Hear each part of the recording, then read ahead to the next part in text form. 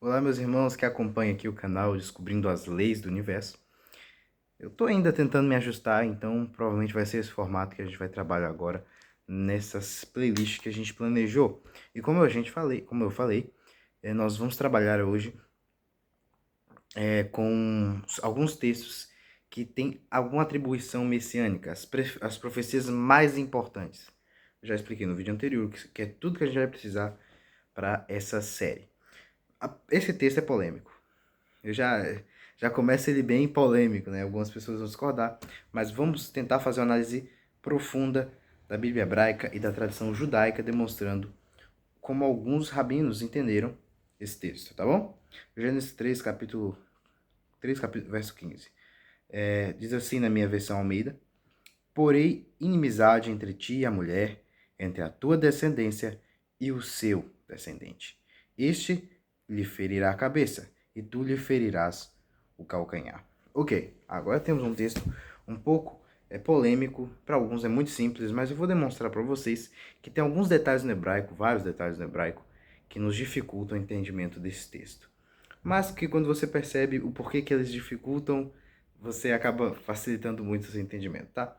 Vamos analisar esse texto com cuidado. Vamos primeiro ver a estrutura dele e o contexto histórico. O contexto que a gente tem Deus cria no capítulo 1 até o capítulo 2 as gerações de Bereshit bara Elohim et hashamai ve'et haaretz ve'haaretz va'etah tohu vavohu. Então a gente tem no princípio criou Deus os céus e a terra porém era sem forma vazia e segue assim.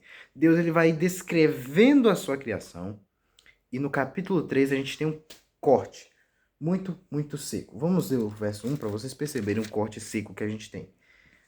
Deus cria tudo, não sei o que, e viu tudo era bom, fez o homem e mulher.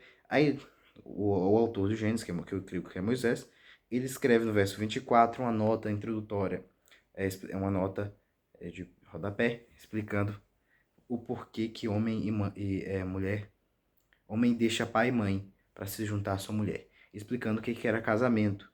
Mas no capítulo 3 tem um mas. O texto já começa com um mas.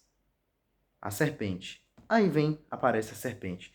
E aí, essa serpente, que é um animal, que é descrito como sagaz, ele fala com Eva e Eva acaba cedendo e ela peca, junto com Adão.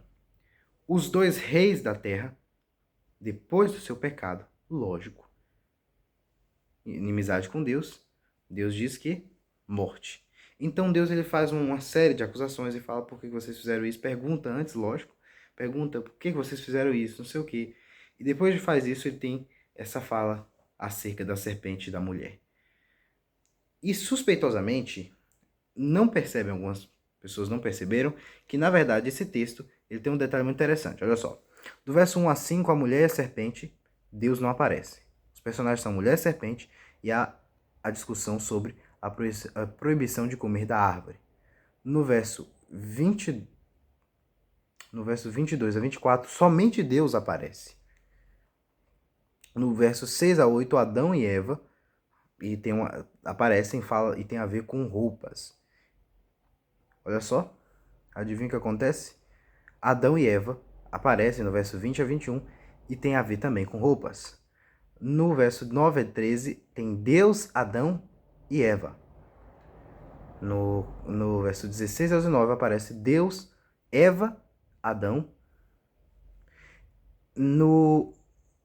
E aí, no meio, aparece o verso 14 a 15, Deus, serpente.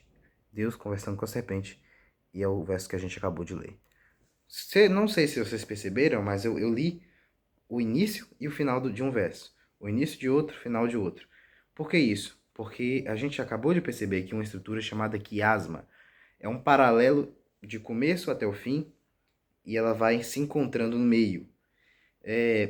Eu gosto de imaginar um candelabro. Eu tenho um candelabro, deixa eu ver se eu consigo abrir aqui. Acho que eu tenho como mostrar para vocês como é um candelabro. O candelabro da Bíblia hebraica, ele tinha 7 braços. Lógico que o quiasma não está limitado a 7, mas ele tinha 7 braços no original. Achei aqui, ó. Tá vendo? Que bonitinho. Esse candelabro aqui. Você percebeu que dois braços estão interligados em vários momentos e no meio tem uma haste única. Aí são 7 braços, aí os braços são juntos. Então eles se encontram assim, né? E aí no meio é um braço central.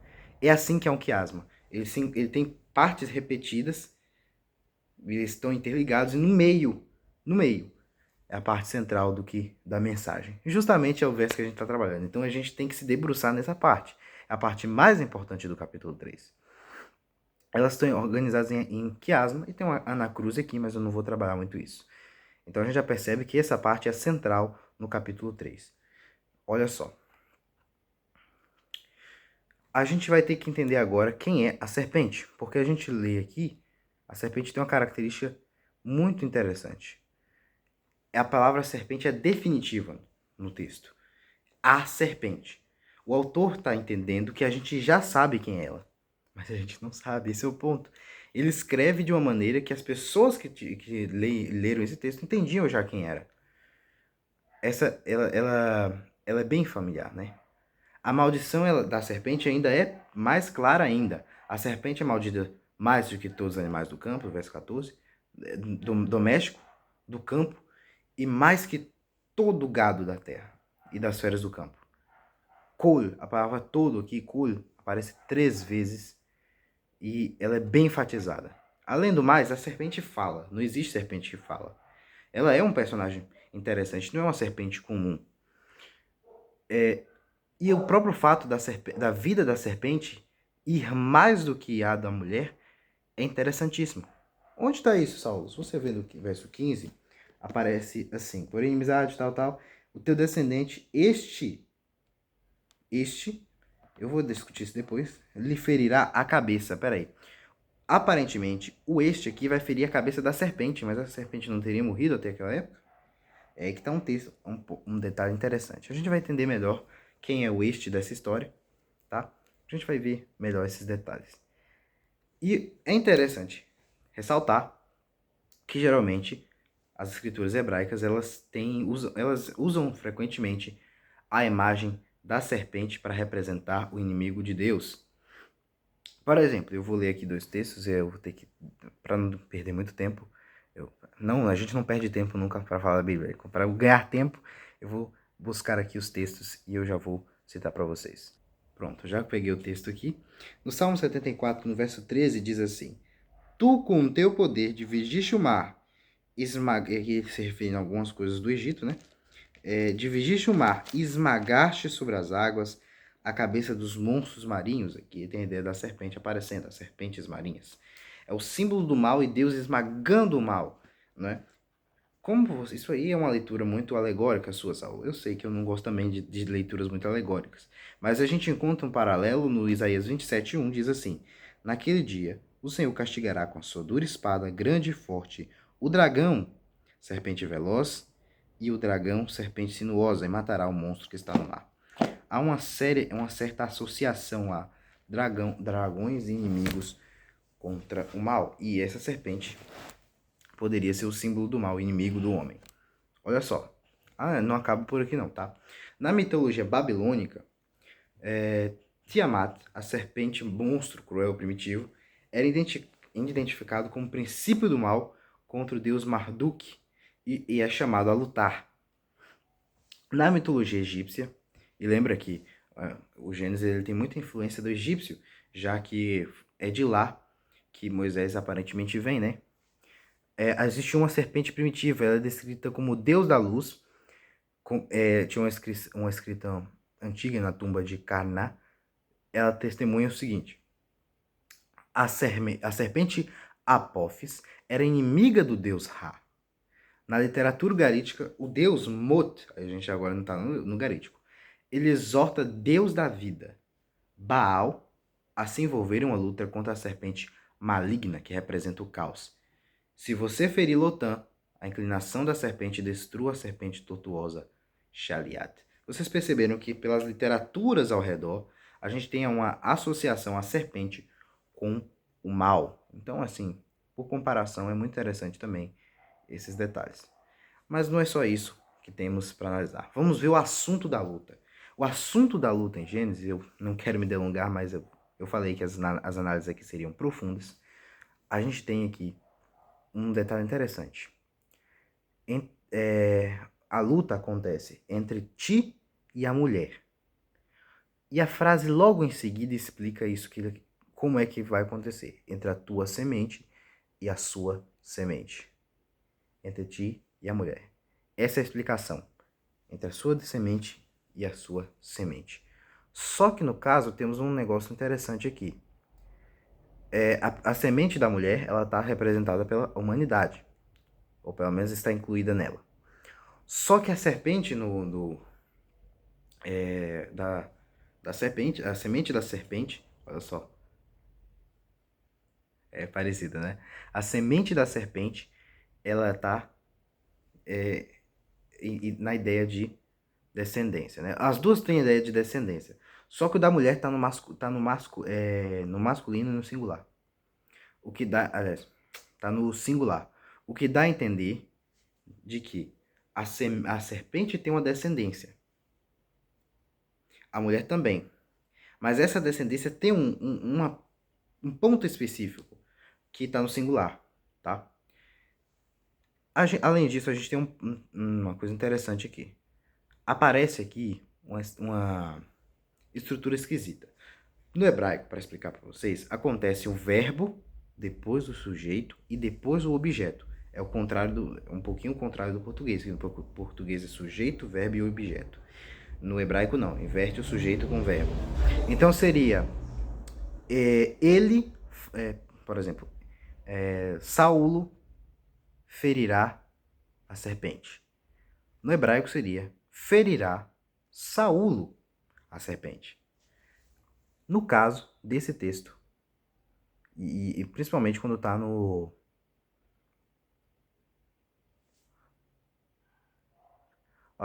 neutro, né?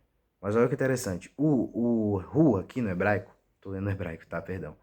O ru aqui no hebraico, ele vem antes do verbo. Que nem no português. O que dá um pequeno problema. Esse ru aqui, ele tem que ser um sujeito específico. Ele está em ênfase. É uma ênfase. Isso não é comum do hebraico. Ele não costuma aparecer no hebraico o sujeito primeiro. E lembrando, é um pronome, o ru é ele. Lembrando, ele, o pronome, não é nada mais, nada menos que um substituto para o substantivo. Eu gosto de trabalhar assim. O que é um pronome? É um substituto para o substantivo.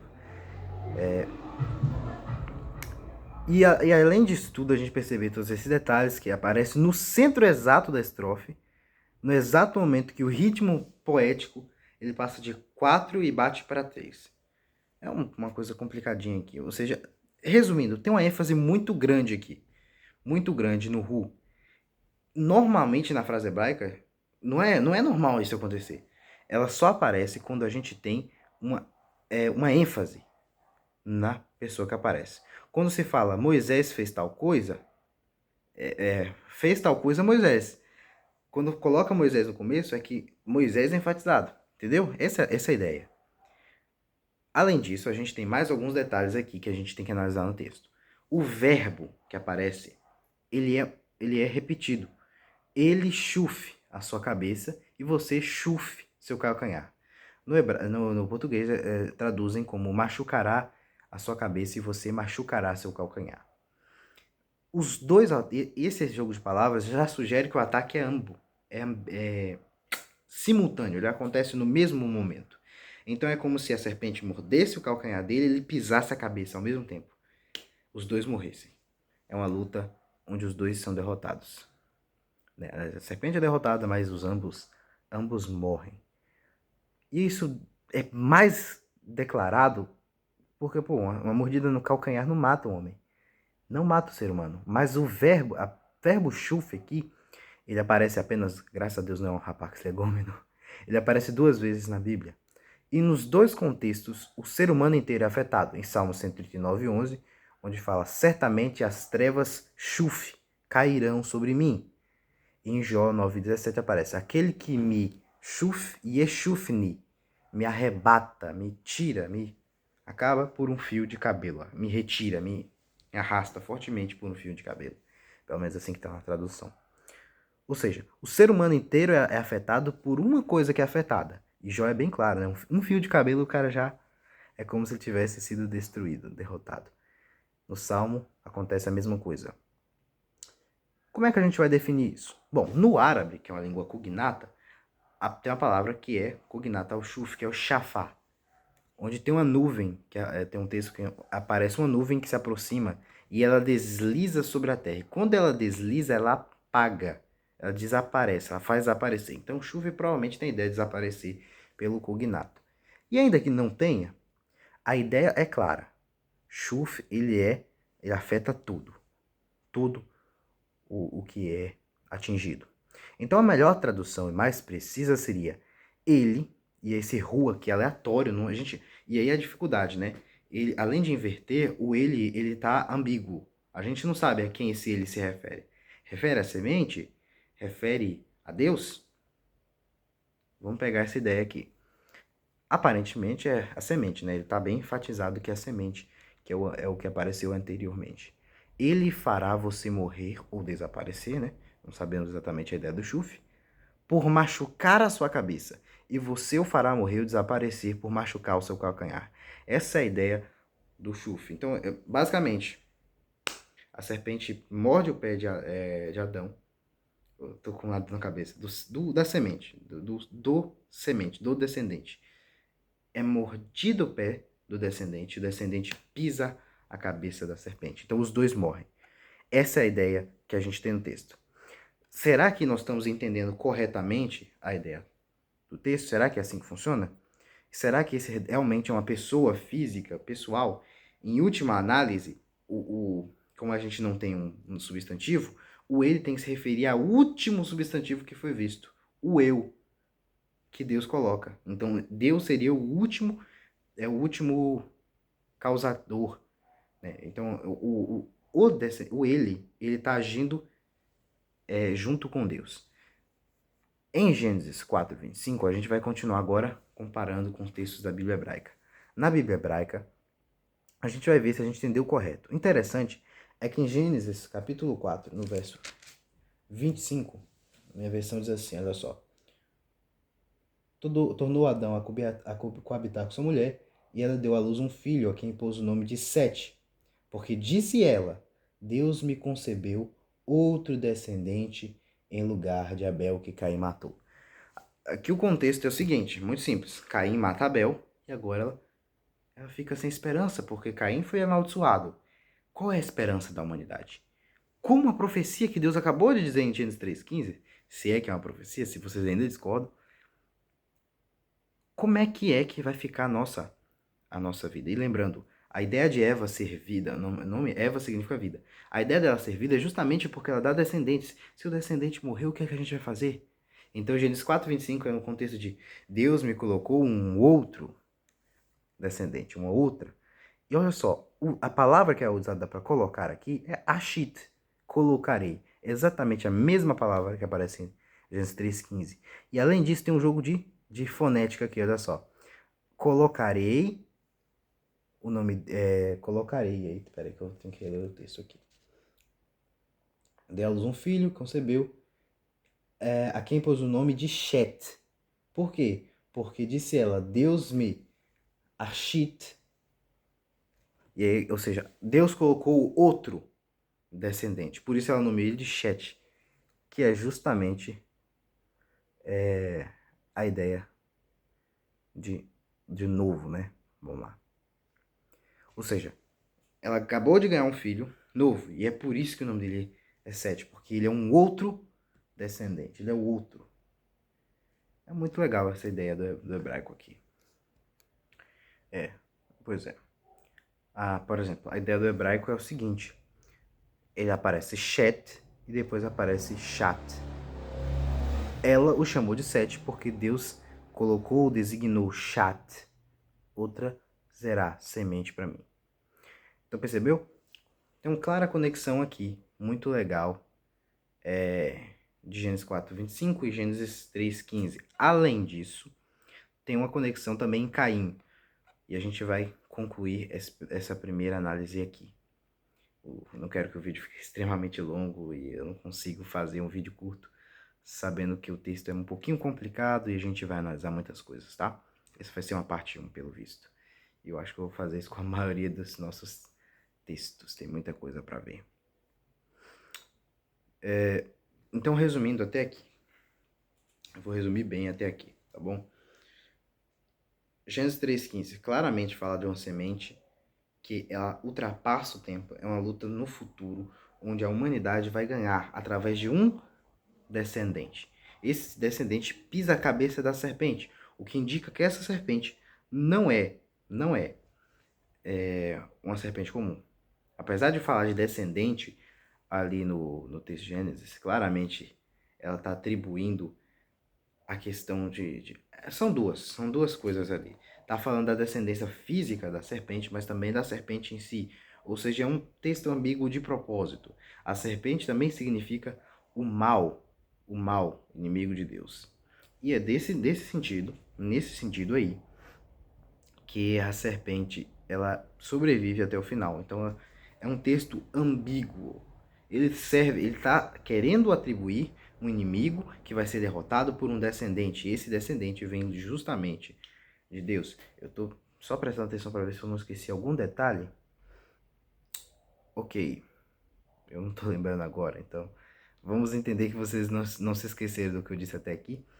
E quando Gênesis 4:25 Eva entendeu que Deus restabeleceu a semente, aquela semente que havia sido perdida e que foi prometida a Deus que continuaria a promessa de Deus. Vamos entender que por enquanto é isso. Muito obrigado por me acompanhar até aqui. Shalom, Relevi Traúde.